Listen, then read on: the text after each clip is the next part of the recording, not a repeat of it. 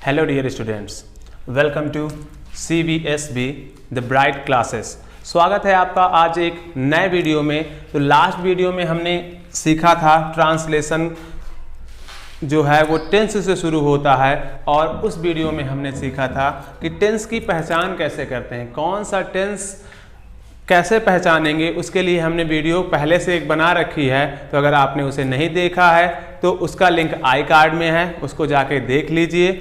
आसान होगा आपको टेंस पहचानना। तो हमने पहला टेंस जो है वो पढ़ना है, कौन सा? प्रेजेंट टेंस, है ना। यहाँ से हमें शुरुआत करनी है। प्रेजेंट टेंस, या हम इसे सिंपल प्रेजेंट भी कहते हैं। क्या कहते हैं? Simple present tense.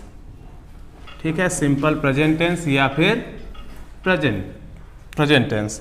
तो इसको पढ़ने के लिए देख लेते हैं। अब इसकी पहचान अगर आपने याद की है, अगर आपने पहला वीडियो देखा है तो इसकी पहचान आपको याद होगी कि इसकी पहचान क्या होती है ना।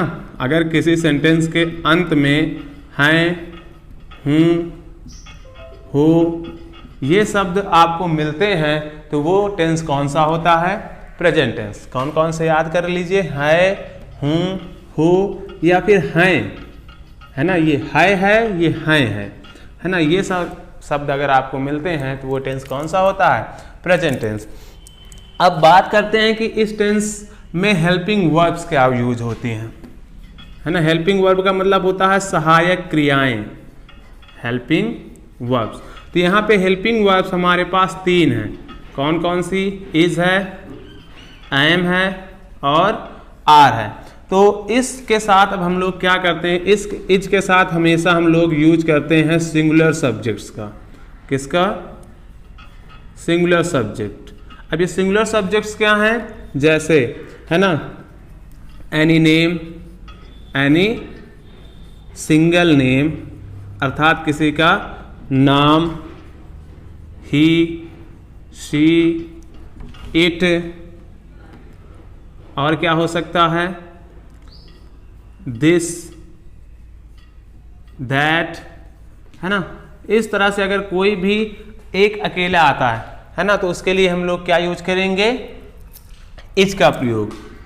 एम का प्रयोग किसके साथ करते हैं? आई के साथ। और आर का प्रयोग जो है वो हम लोग करेंगे प्लूरल सब्जेक्ट्स के साथ। किसके साथ?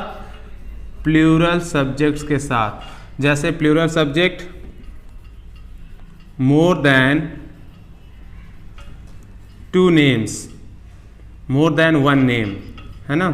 मोर देन 1 नेम। अगर एक से अधिक नाम आ रहे हैं, वो किसी के भी नाम हो, वस्तु के नाम हो, जगह के नाम हो, है ना, किसी व्यक्ति का नाम हो, किसी एनिमल का नाम हो, लेकिन वो एक से अगर अधिक हैं तो उनके साथ हम लोग आर का प्रयोग करेंगे। और कुछ सब्जेक्ट भी हैं, कुछ प्रॉपर नाउन जैसे यू, वी, दे, है ना। तो ये कुछ प्रॉपर नाउन हैं जिनके साथ हम लोग क्या प्रयोग करेंगे? आर का प्रयोग करते हैं। तो याद रहेंगे ये। तो ये कुछ चीजें हमने जानी। अब थोड़ा सा यहाँ पे देख लेते हैं कि ही मतलब वह, सी मतलब वह, और दैट मतलब वह। इसमें और इट का मतलब भी वह। तो इसमें आपको काफी कंफ्यूजन होती है, तो उस कंफ्यूजन को सबसे पहले हम दूर कर लेते हैं। देखिए, ही का मतलब होता है वह, है ना, लेकिन ये किसी मेल पर्सन के लिए लगता है। किसके लिए लगता है? Male person. और सिंगुलर तो ये है ही, है ना। किसी अगर कोई मेल पर्सन हो और सिंगुलर हो, यानी पर्सन मतलब व्यक्ति, अगर कोई व्यक्ति है तो उसके लिए हम लोग क्या प्रयोग करेंगे? लेकिन बात किसकी हो रही है? मेल पर्सन की। तो ये बात देखेंगे। इसी तरह से सी मतलब भी वह, है ना। इसका जो प्रयोग है हम फीमेल पर्सन के लिए करते हैं। किसके लिए? फीमेल पर्सन के लिए। अब फीमेल पर्सन मतलब ये कोई छोटी सी लड़की हो सकती है, कोई औरत हो सकती है ना, कोई बूढ़ी औरत हो सकती है। तो कोई भी फीमेल है तो उसके लिए हम लोग क्या प्रयोग करेंगे? सी का प्रयोग। इनके बारे में और हम बाद में जानेंगे विस्तार से। इट क्या है? इट का मतलब भी वह या फिर यह, है ना। लेकिन ये कब प्रयोग होगा? तो ये प्रयोग होता है कॉमन पर्सन के लिए। अब बताइए, पर्सन भी कॉमन होते हैं? हाँ होते हैं, है ना। अब कौन से पर्सन? जैसे अब सपोज करो कोई जो शिशु है वो आज ही पैदा हुआ है ना, हमने बात की शिशु की। अब उसके लिए जो प्रोनाउन यूज करेंगे तो शिशु का हमें जेंडर तो पता नहीं होगा कि वो जेंडर क्या है, मतलब मैस्कुलिन जेंडर है या फेमिनिन जेंडर है, तो वो कॉमन जेंडर में जाएगा। तो जब किसी कॉमन पर्सन का नाम होगा, जैसे कि ये बच्चा रो रहा है ना, अब ये बच्चा हमें नहीं पता है कि ये बच्चा लड़का है या लड़की है, तो उसके लिए हम लोग क्या प्रयोग करते हैं, इट का प्रयोग करते हैं। दिस का प्रयोग किसके लिए करते हैं, दिस का प्रयोग यह के लिए करते हैं ना। जब कोई चीज हमारे पास होती है, आस पास हो, है ना, और उसको हम इशारे से बताएं क्या। अब यहाँ फिर दोनों चीजें देखनी है कि ये जो यह और वह है, ये दोनों के दोनों ही किसके लिए यूज होते हैं, वस्तु के लिए।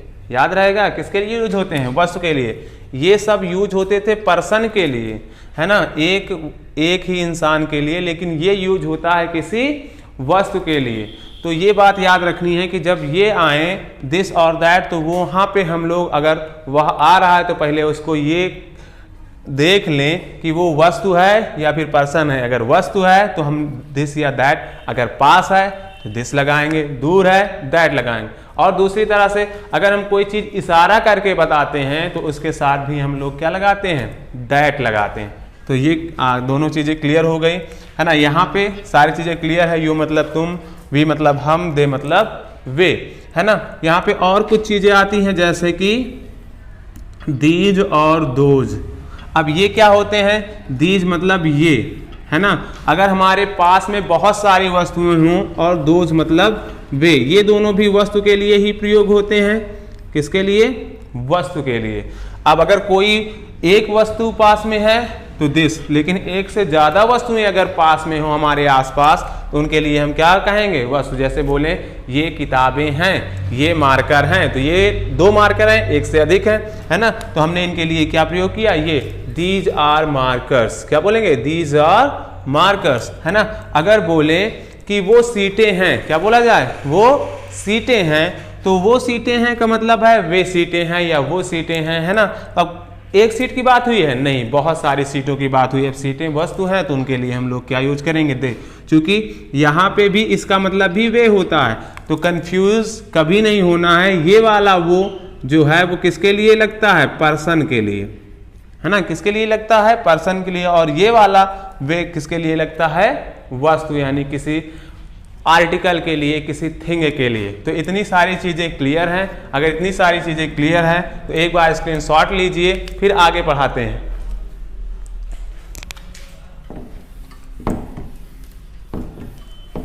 देखिए आगे क्या है इसमें। अब हम लोग अलग अलग सेंटेंस में ट्रांसलेशन पढ़ते हैं, है ना। तो सबसे पहले जब हमने अगर सेंटेंस पढ़ा है, तो सेंटेंस जब हम पढ़ते हैं तो सेंटेंस के कई टाइप होते हैं, है ना। आपने पढ़ा होगा कि सेंटेंस 5 टाइप के होते हैं। कितने टाइप के, 5 टाइप के। पहला कौन सा होता है, असर्टिव, है ना। दूसरा क्या होता है, इंट्रोगेटिव। तीसरा क्या होता है, ऑप्टेटिव। चौथा क्या होता है, इम्परेटिव। और 5वां क्या होता है, एक्सक्लामेटरी। तो इस प्रकार आपने बचपन में 5 प्रकार के सेंटेंस पढ़े होंगे। किसके अनुसार, भाव के अनुसार, कि जो भाव के अनुसार सेंटेंस 5 प्रकार के होते हैं, यानी जिनमें किसी फैक्ट, तथ्य वगैरह के बारे में, अगर किसी फैक्ट के बारे में बात हो, जैसे ये मार्कर हैं, तो किसी वस्तु के बारे में बात हो तो सिंपल सा उसे बोलते हैं असर्टिव सेंटेंस। यदि किसी सेंटेंस में क्वेश्चन पूछा जाए, है ना, जैसे तुम क्या हो, तो उसे हम बोलते हैं इंट्रोगेटिव सेंटेंस, है ना। इंट्रोगेटिव सेंटेंस यानी प्रश्नवाचक वाक्य। ऑप्टेटिव, यदि किसी सेंटेंस में प्रार्थना का बोध हो, है ना, किसकी बोध हो, प्रार्थना, या फिर किसी श्राप या किसी वरदान, इस तरह की चीजों का बोध हो, तो उसे हम बोलते हैं ऑप्टेटिव सेंटेंस। जैसे कि मे यू लिव लॉन्ग, है ना, तुम्हारी आयु लंबी हो, तो ये कौन सा सेंटेंस हुआ, optative sentence. May you go to hell, तुम भाड़ में जाओ, है ना, ये कौन सा सेंटेंस हुआ, ऑप्टेटिव, क्योंकि यहाँ पे क्या दिया गया है, श्राप दिया गया है। इम्परेटिव सेंटेंस, जिसमें रिक्वेस्ट, ऑर्डर, है ना, इस तरह की चीज़ें होती हैं। रिक्वेस्ट हो, ऑर्डर हो, कमांड हो, सजेशन हो, एडवाइस हो, अगर इस तरह का कोई भाव निकल रहा है तो उसे बोलते हैं हम लोग इम्परेटिव सेंटेंस। जैसे कम हियर, यहाँ आओ, है ना, ये क्या बोला गया, ऑर्डर दिया गया, प्लीज सिट डाउन, क्या किया गया, आपसे निवेदन किया गया।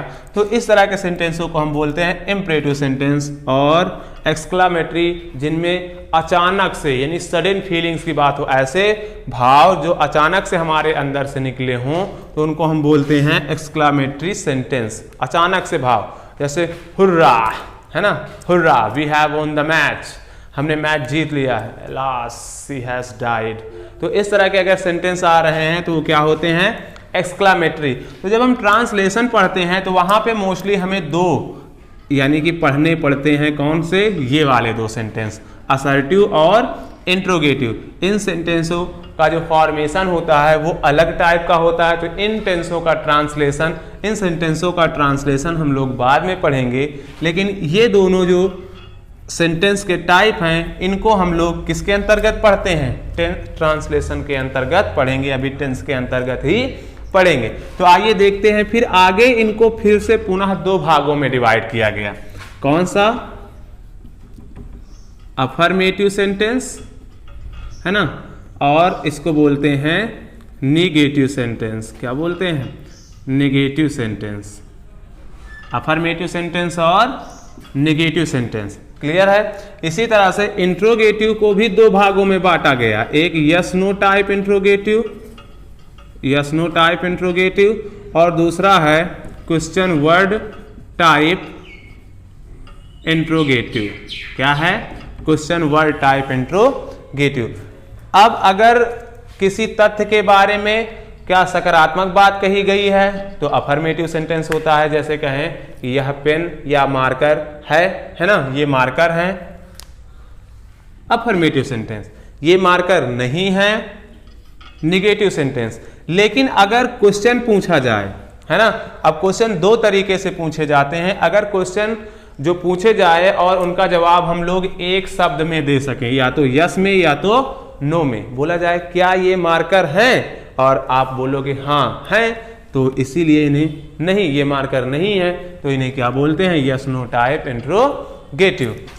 अब दूसरा होता है क्वेश्चन वर्ड टाइप इंट्रोगेटिव। ऐसे इंट्रोगेटिव जिसमें क्वेश्चन पूछने के लिए हम कुछ क्वेश्चन वर्ड्स का प्रयोग करते हैं, जैसे कब, कहाँ, कैसे, क्यों, है ना, व्हाट, व्हेन, व्हाई। अगर इस तरह की कुछ क्वेश्चन वर्ड प्रयोग कर रहे हैं तो उन्हें हम बोलते हैं क्वेश्चन वर्ड टाइप इंट्रोगेटिव। जैसे what is this, why do you use it, है ना, तुम इनका प्रयोग क्यों करते हो। तो ये सारी चीजें क्या हो जाएंगी, question word type interrogative. Clear है। आगे अगर देखें तो फिर इन्हें भी हम दो भागों में बांट सकते हैं, अफर्मेटिव और निगेटिव में, है ना। इनमें भी अगर जैसे पूछा जाए क्या यह मार्कर है, तो ये यस नो टाइप अफर्मेटिव का है। अगर क्या ये मार्कर नहीं है तो ये निगेटिव है ना। क्या ये मार्कर नहीं, अगर नॉट लग गया तो ये यस नो टाइप निगेटिव हो गया। इसी तरह से इन्हें क्यों यूज करते हैं, अफर्मेटिव टाइप, इन्हें क्यों नहीं यूज करते हैं, निगेटिव टाइप। ठीक है, तो इस तरह से ये सेंटेंस के कुछ टाइप हैं। तो अब आइए हम लोग इसका रूल देखते हैं कि कैसे ट्रांसलेशन करेंगे। तो जैसे हमने यहाँ देखा हमारे लिए ये चार जरूरी हैं, कौन कौन से, affirmative, negative, yes no type और क्वेश्चन वर्ड टाइप। तो इन चार भागों में हम लोग आज ट्रांसलेशन पढ़ने वाले हैं, इनको हम लोग बाद में कवर करेंगे। ठीक है, तो आइए देखते हैं सबसे पहले अफर्मेटिव सेंटेंस, है ना। क्या देखते हैं कि अफर्मेटिव जो सेंटेंस होते हैं उनका निर्माण हमें किस प्रकार से करना होता है, अफर्मेटिव सेंटेंस को ट्रांसलेट कैसे करते हैं। अफर्मेटिव सेंटेंस, अफर्मेटिव सेंटेंस, आइए देखते हैं अफर्मेटिव सेंटेंस। तो अफर्मेटिव सेंटेंस को बनाने के लिए सबसे पहले हमें चाहिए होता है सब्जेक्ट। क्या चाहिए होता है, सब्जेक्ट। अगर इनके फॉर्मेशन की बात की जाए कि इनका फॉर्मेशन कैसे करना है, इनका निर्माण कैसे करना है, या फॉर्मूला भी कह सकते हैं, तो सबसे पहली चीज हमें चाहिए होती है सब्जेक्ट। सब्जेक्ट अभी आप कुछ देर पहले आपके हमने बहुत लिखाए थे। सब्जेक्ट के बाद हमें कोई एक हेल्पिंग वर्ब का इस्तेमाल करना है जो किसके अकॉर्डिंग होगी, सब्जेक्ट के अकॉर्डिंग होगी, यानी अगर सब्जेक्ट एक वचन का है तो एक वचन के हेल्पिंग वर्ब अर्थात इज का प्रयोग, सब्जेक्ट बहुवचन यानी प्लूरल है तो बहुवचन के हेल्पिंग वर्ब जैसे आर का प्रयोग है ना, सब्जेक्ट अगर आई है तो एम का प्रयोग। उसके बाद हमें क्या करना है, अगर उसके बाद कोई आर्टिकल आ रहा है, वैसे आर्टिकल पार्ट होते हैं एडजेक्टिव के, तो आर्टिकल आ रहा है या फिर एडजेक्टिव आ रहा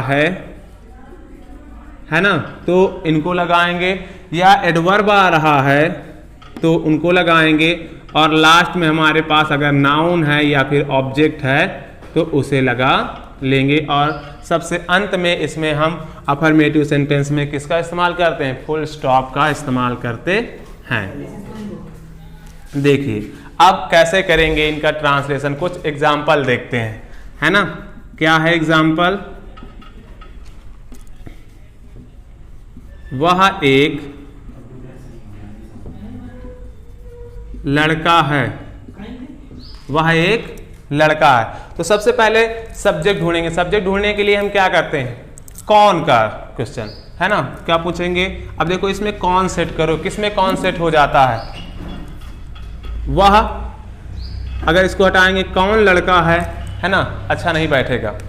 वह एक कौन है ऐसे में, लेकिन इसको हटा के बैठाओ नहीं बैठेगा, इसको हटाओ है ना, इसको हटा के, सबको एक एक बार हटा के देख लेंगे कौन जिस पे सही से बैठ जाए और सेंटेंस में लगे हाँ कुछ चीज की कमी है, तो वही हमारा क्या होगा, सब्जेक्ट होगा। जैसे इसको हटाते हैं, कौन एक लड़का है, यहाँ पे बराबर से बैठ रहा है, यानी कि यही हमारा सब्जेक्ट है। सब्जेक्ट मिला तो सबसे पहले सब्जेक्ट वह।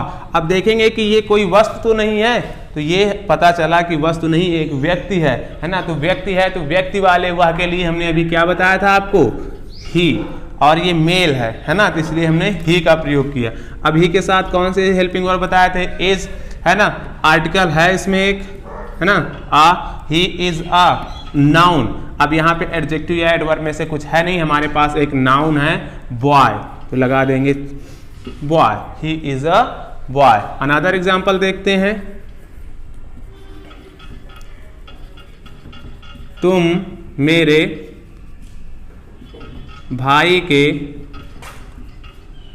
दोस्त हो, है ना। देखो पहचान, क्या पहचान वही है जो अभी हमने ऊपर लिखी थी, है, हूं, हो, है ना। तो अब इसका ट्रांसलेशन कैसे करोगे बताओ। सबसे पहले सब्जेक्ट, तुम मेरे भाई के कौन हो, है ना, या तो क्या हो जाएगा, तुम, यू, है ना। सबसे पहले अब यू के साथ कौन सा बताए थे, आर बताए थे, यू आर। अब क्या करना है, पीछे चलना है ना, यहाँ फ्रेंड, यू आर फ्रेंड, के लिए इस्तेमाल करते हैं ऑफ प्रीपोजिशन का, ऑफ, मेरे भाई, मेरे भाई मतलब माई ब्रदर। तो क्या हो गया इसका translation, you are friend of my brother. वैसे हम इसको और भी एक प्रकार से कर सकते हैं, क्या है, you are my brother's friend, है ना। तो इस तरह से भी हम लोग इसे कर सकते हैं, किसका प्रयोग करके, अपोस्ट्रोफी एस का प्रयोग करके भी ये इसे बनाया जा सकता है।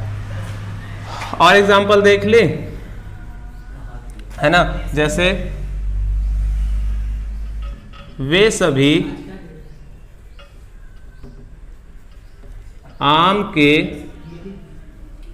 वृक्ष हैं, वे सभी आम के वृक्ष हैं, वे। अब देखो यहाँ पे जो वे शब्द आया है ये किसके लिए आया है, क्या किसी पर्सन के लिए आया है, नहीं, ये किसी पर्सन के लिए नहीं बल्कि वृक्ष के लिए आया। अब वृक्ष जानते हो, वृक्ष क्या होते हैं, वस्तु में आएंगे, है ना। तो यहाँ पे जो दे आया है इसके लिए हम क्या यूज करने वाले हैं, दोज, ना कि दे, है ना।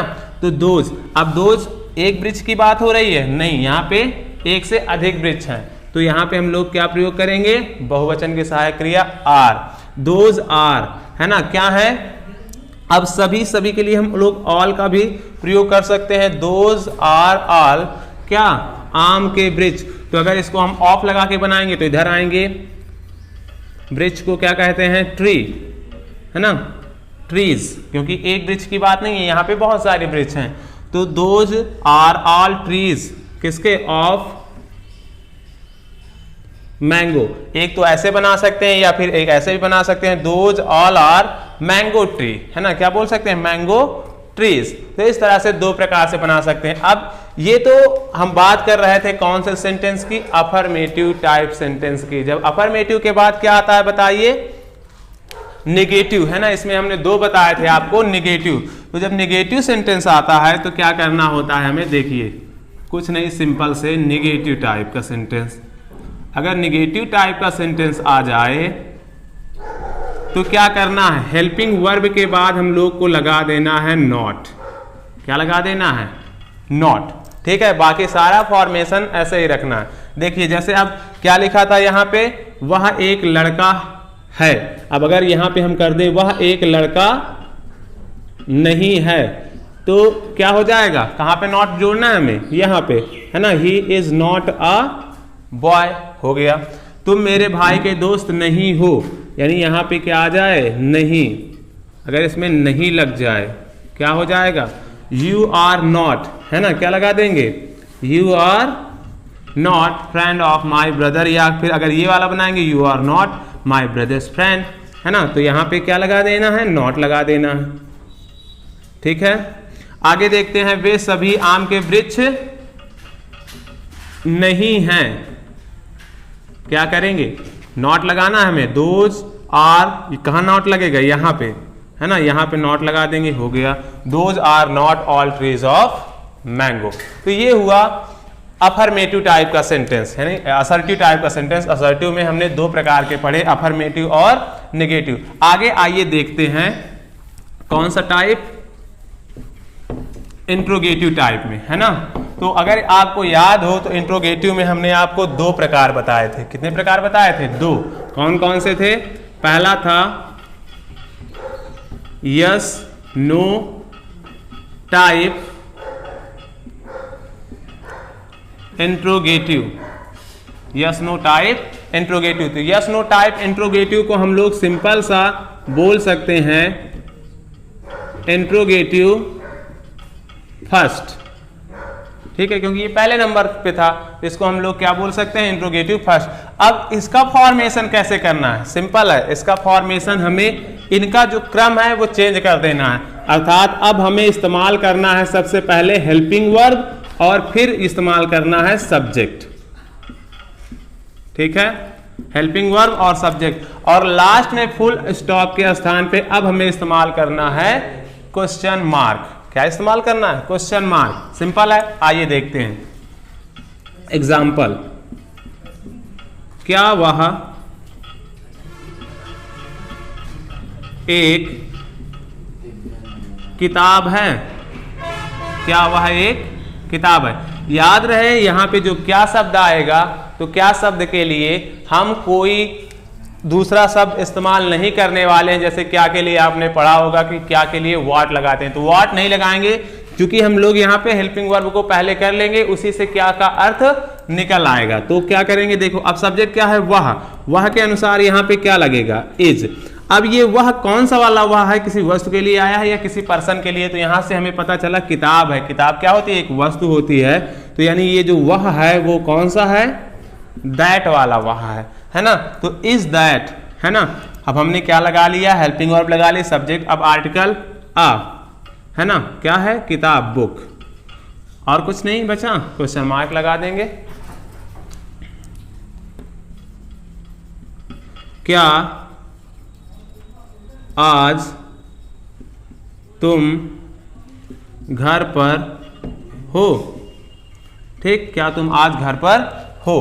क्या करेंगे, सबसे पहले इसमें भी हमें सब्जेक्ट देखना है। सब्जेक्ट कौन है, यू। अब यू के अनुसार बताइए क्या लगता है, आर लगता है, आर लगाएंगे, आर यू, है ना, आर यू। कहाँ हो, घर पर, घर पर यानी एट होम।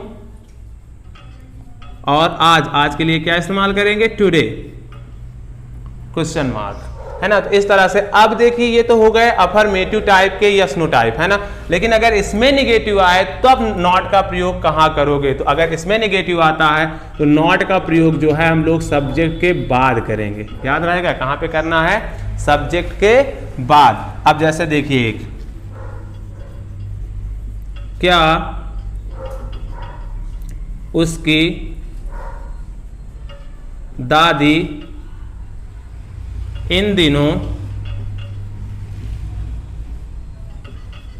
बीमार नहीं हैं, है ना, क्वेश्चन मार्क। क्या उनकी दादी, उसकी दादी इन दिनों बीमार नहीं हैं। तो सबसे पहले देखेंगे कि सब्जेक्ट कौन है। तो सब्जेक्ट है उसकी दादी, है ना। अब उसकी दादी कितनी होंगी, एक या दो, क्योंकि यहाँ पे है और क्या करोगे, है को देखते ही आर लगाने का मन करेगा, तो आर नहीं लगाना है, ठीक है।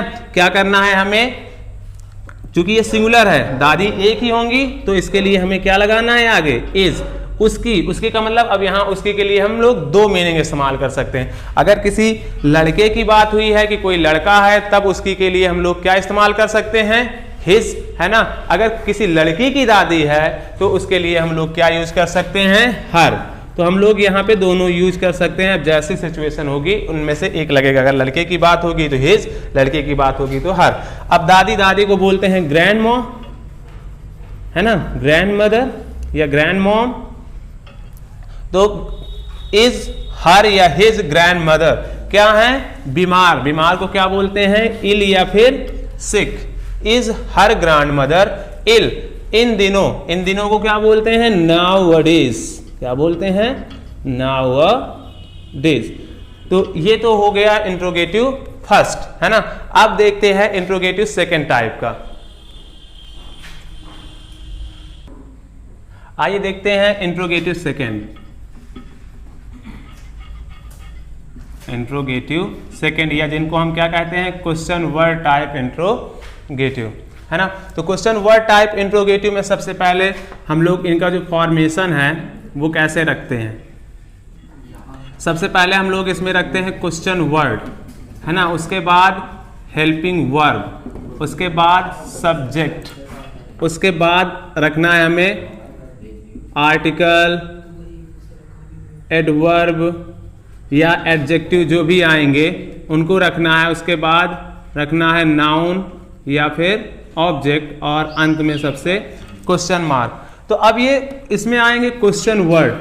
तो पहले हम लोग देख लेते हैं कि ये क्वेश्चन वर्ड आखिर होते क्या हैं, कैसे इनको हम पहचानेंगे कि ये क्वेश्चन वर्ड है ना। एकदम आसान से बता देते हैं। क्वेश्चन वर्ड को हम लोग एक और नाम से जानते हैं, HW वर्ड्स के नाम से। किसके नाम से, HW वर्ड्स। अब इनका ये नाम HW वर्ड्स क्यों पड़ा है वो बताते हैं आपको, है ना। देखते हैं कुछ क्वेश्चन वर्ड, है ना, सम बेसिक क्वेश्चन वर्ड्स। कुछ सामान्य से देखते हैं, जैसे बताइए हाउ क्या होता है, कैसे, नोट करते जाइए इनको। हाउ मच, है ना, इसका मतलब होता है कितना, कितनी, कितने। लेकिन ये जो है वो प्रयोग होता है अनकाउंटेबल के लिए। अनकाउंटेबल का मतलब जिसको हम लोग गिन नहीं सकते हैं उसे बोलते हैं अनकाउंटेबल नाउन, है ना। तो अनकाउंटेबल के नाम हमें के साथ में प्रयोग करना है हाउ मच। फिर आगे है हाउ मेनी।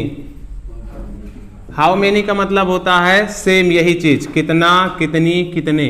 लेकिन इसका जो प्रयोग है वो हम लोग करते हैं अनकाउंटेबल के साथ। किसके साथ, अनकाउंटेबल के साथ। हाउ फॉर, हाउ फॉर मतलब कितनी दूर, है ना, कितनी दूर। तो ये देखें, हमने देखा कि ये जो वर्ड है ये देखो सब किससे चालू हो रहे हैं, W से। कैसे चालू हो रहे हैं, W से, इसीलिए हम इन्हें HW वर्ड्स कहते हैं। और फिर W वाले देखते हैं, जैसे व्हाट, व्हाट मीन्स क्या, वाई मतलब क्यों, वेयर, वेयर मीन्स कहां, व्हेन मीन्स कब,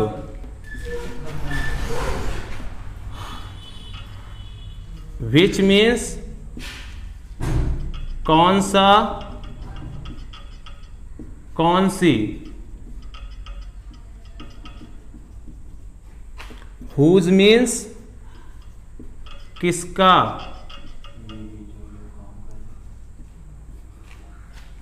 हु मतलब कौन या किसने,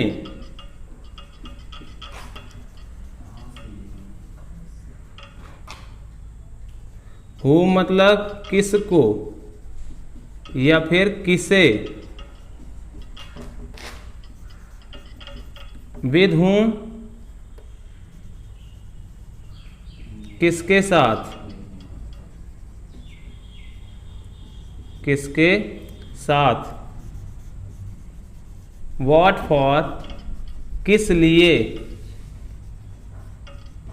है ना। तो ये कुछ सामान्य से क्वेश्चन वर्ड्स हैं। अब इनको देखते हैं कि हम इन्हें HW क्यों कहते हैं। तो हमें पता चला कि ये सभी देखिए H या फिर W से शुरू हो रहे हैं, है ना। ये HW से शुरू होते हैं, इसीलिए हम इन्हें क्या कहते हैं, HW वर्ड्स कहते हैं। तो इनको इंग्लिश में पहचानना आसान हो गया कि ये इंग्लिश में कभी भी अगर आएंगे तो ये H या W से ही होंगे। लेकिन अगर हिंदी की बात करें कि इनको हम हिंदी में कैसे पहचानेंगे कि ये क्वेश्चन वर्ड क्या है, तो देखो इनमें सब में एक बात कॉमन है कि ये सब किससे शुरू हो रहे हैं, का अक्षर से, है ना। किसी को भी देख लो, सब किससे चालू हो रहे हैं, का अक्षर से। तो ऐसे में हम पहचान लेंगे कि इनमें से कौन सा क्वेश्चन वर्ड है। ठीक है, तो इनको नोट कर लीजिए। देखते हैं इनके फॉर्मेशन के बारे में कि कैसे लगाएंगे इन्हें, कैसे अनुवाद करेंगे इनका। देखिए एग्जाम्पल, जैसे वह कौन है ना, सिंपल सा एक एग्जाम्पल, वह कौन है, बताइए क्या हो जाएगा। सबसे पहले क्वेश्चन वर्ड ढूंढेंगे कौन वाला, है ना। कौन की इंग्लिश क्या होती है, हु। अब हु क्या है, इज, क्योंकि सब्जेक्ट ही है, ही के साथ हम लोग क्या लगाएंगे, इज, हु इज ही। ठीक है, अब ये जो हु होता है ये एक ऐसा क्वेश्चन वर्ड है जो सिंगुलर और प्लूरल दोनों हो सकता है, याद रहेगा। हु के साथ हम लोग इज का भी प्रयोग करते हैं, हु के साथ आर का भी प्रयोग करते हैं। जैसे एक एग्जांपल देखते हैं, वे कौन है, वे कौन हैं। अब यहां पे क्या होगा, हु आर दे, है ना। तो इसके साथ हम लोग दोनों का इस्तेमाल कर सकते हैं। तुम अभी कहाँ हो, क्या हो जाएगा, सबसे पहले कहाँ, है ना। क्वेश्चन वर्ड ढूंढेंगे, क्वेश्चन वर्ड के बाद helping verb where, helping verb है आर, सब्जेक्ट है यू, वेयर आर यू। अब क्या बचा, टाइम, नाउ, हो गया। अगर इसमें एक चीज और है कि अगर नॉट आता है तो नॉट उसी प्रकार से हम लोग किसके बाद रखेंगे, सब्जेक्ट के बाद, जैसे कि इंट्रोगेटिव फर्स्ट में रख रहे थे।